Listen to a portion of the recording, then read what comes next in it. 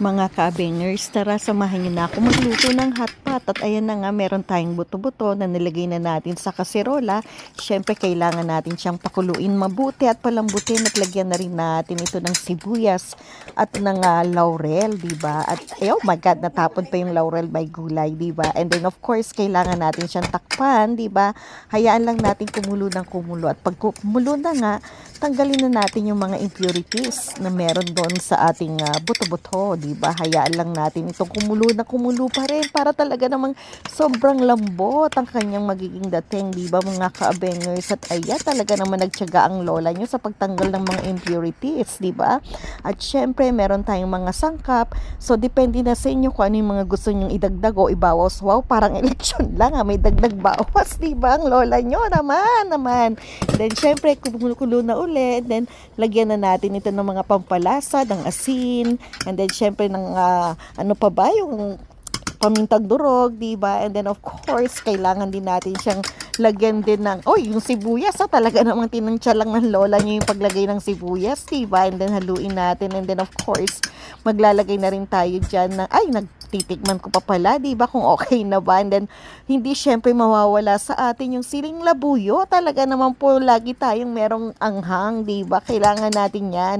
And then, of course, dinagdag ko na rin pala yung ating mga mix na fishball, kikiam, and then yung crabby stick, and then, of course, yung ating asparagus, dinagdag na rin natin. At hayaan lang natin itong kumulo ng kumulo, diba? And then, of course, naglagdag tayo ng patis naman, diba? Talaga naman po napakasarap nito. And then halu-haluin lang natin, syempre. Hindi ko na nga tinakpan yan kasi talagang excited ako. Panayang tikim ko ng aking sabaw dyan, diba? Talaga naman po napakasarap. And then ayan, kumukulo-kulo na. Then titikman na naman ng lola nyo, diba? Kung tama lang ba yung alat at yung anghang. And then of course, isusunod na natin yung ating napa, diba? So isa pang gulay na nilagay natin.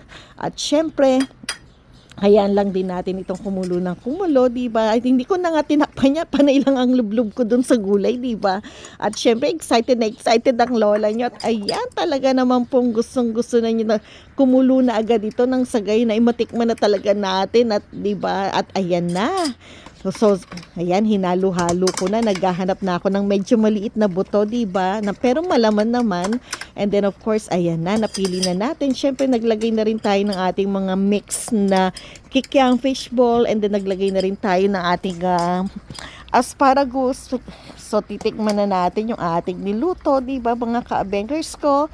And then, of course, naku, ano kaya? Aprobado kaya ito? Sige na.